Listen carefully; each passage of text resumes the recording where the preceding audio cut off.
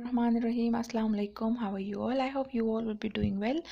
आज हम बनाने जा रहे हैं बहुत ही मज़े का बीफ, जिसके लिए मैंने क्या किया है कि मैंने तकरीबन 1.5 कप जो है ना वो ऑयल लिया है।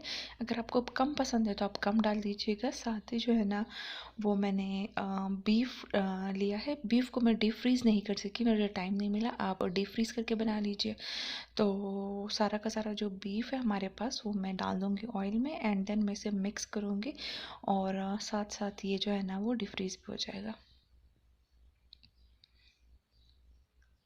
अब मैंने इसमें चॉप जो है ना वो जिंजर गार्लिक डाल देना है और इसको अच्छे तरीके से मिक्स करना है ताकि जिंजर गार्लिक का जो कच्चापन है वो बिल्कुल ख़त्म हो जाए।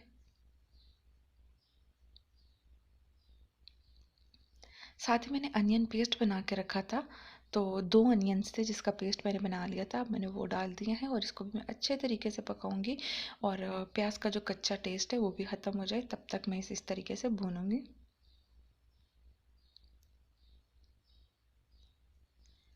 साथ साथ आपने मिक्स करते रहना है ताकि नीचे जो है ना वो लगे नहीं।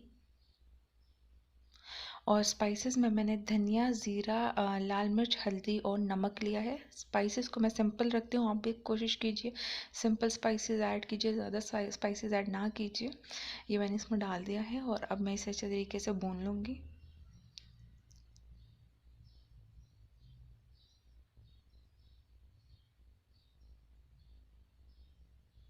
और साथ ही टमाटर और तकरीबन 4 to 5 जो है ना वो स्मॉल साइज़ के टमाटर थे वो मैंने डाल दिए और साथ में 2 to 3 जो है ना वो आप ग्रीन चिलीज डाल दीजिए।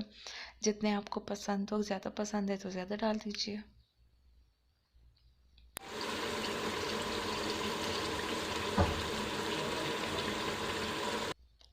साथ ही अब मैं इसमें पानी डाल दूँगी।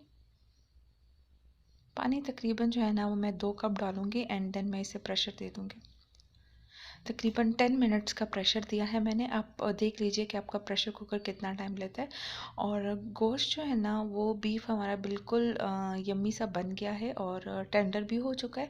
बट मुझे ग्रेवी कम करनी है। आप देख लीजिए, अगर आपको ग्रेवी ज़्यादा पसंद है तो आप इसी स्टेज पे जो है ना वो फ्लेम को ऑफ कर दें। और मुझे ज़रा ग्रेवी कम चाहिए तो मैं ज़रा इसको और भूनूंगी ताकि जो ग्रेवी है वो बिल्कुल कम हो जाए। और इसको मैं फिर सर्व कर दूँगी, गार्निश करूँगी मैं इसको। जिंजर जो है ना वो लंबा लंबा काट के उससे किया है और साथ में लेमन्स रखे और कद्दू के अचार के साथ मैंने इसे सर्व किया है। कद्दू का अचार जो है ना वो बहुत ही ज़्यादा यम्मी होता है।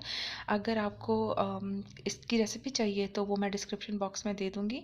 और thank you so much for watching my video. अल्लाह हाफिज़।